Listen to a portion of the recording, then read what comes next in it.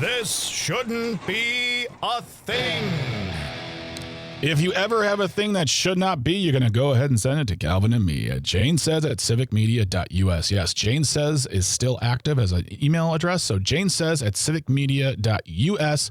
Send us your thoughts on a TISBAT topic, a guest, a general topic, and we'd love to hear from you. We've heard from many of you. We've covered those in the past. So email us, janesays@civicmedia.us. Today's This Shouldn't Be a Thing. It's the For the Dogs edition. Comes all the way from the New Zealand Herald. Jeremy Wilkinson. Calvin, it's coming from New Zealand. You know what that means, right? Do you know what that means when it's coming from like New Zealand or Australia? That it's upside down. Okay, no, it means I'm just going to probably do an accent. Thanks a lot. Okay, cool. All right. The headline reads, Winning Greyhound tests positive for methamphetamine, but racing investigators can't find the source. So a Greyhound that tested positive for methamphetamines after winning its race has left its owner and racing investigators scratching their heads about how the dog could have gotten contaminated. Trainer Craig Anderson, who's 68, was shocked by the results, vehemently expressing he had never touched the drug and had no idea how his dog came into contact with it. The investigators from the Racing Integrity Board, or also known as RIB, turned up at his property for a drug screening of his 6 Greyhounds. They found one that had it. The name is Hilton Hustler. Those are such weird names. Tested positive for a Class A substance. The previous afternoon, the dog had won its race at Addington, but had been swabbed post-race. Interesting. Very interesting there.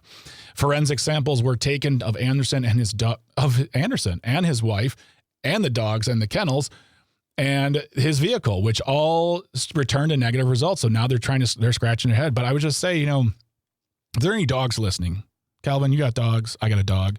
If you're all listening, say no. Say no to methamphetamines.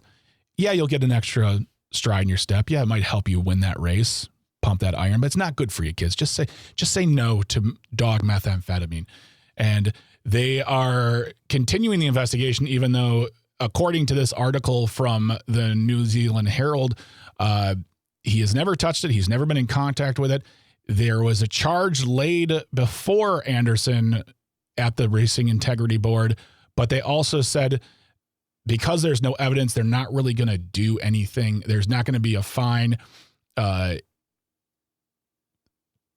said they're not going to be a fine, and they're not going to penalize him. They're not going to penalize him for the positive drug test. They're just trying to figure out how in good gracious name that dog came into contact with. I'm going to say it's maybe the neighbors down the street, Calvin. If they have greyhounds, check them for methamphetamines because they might just be injecting dogs. I'm not an investigator. I'm not a PI, but I've watched a lot of British murder mysteries. What are your thoughts?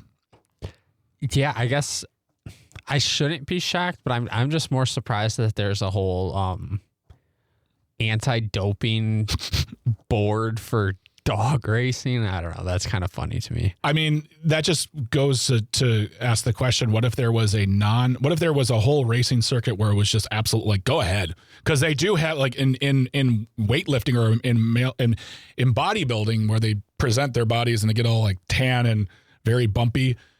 There's a whole subsect where it's like, take whatever drugs you want. We're not even going to test you. You're fine. As long as it's, it's on you. But I'm not advocating for, I feel like I'm advocating for giving dogs drugs. I'm not. I think that dogs are the perfect drug because they make you so happy. How's that? Does that feel like I rounded that one up there, Calvin? Made it sound nice? Yeah, I think you landed it nicely. Thank you very much. All right. So they're still trying to figure out what's going on there. And apparently Mr. Anderson, no relation to the Matrix guy, is not going to be given any sort of fine, but they're going to keep an eye on these puppers because we want to make sure they're staying clean here in 2026. But that brings us to the end of another edition of This Shouldn't Be a Thing.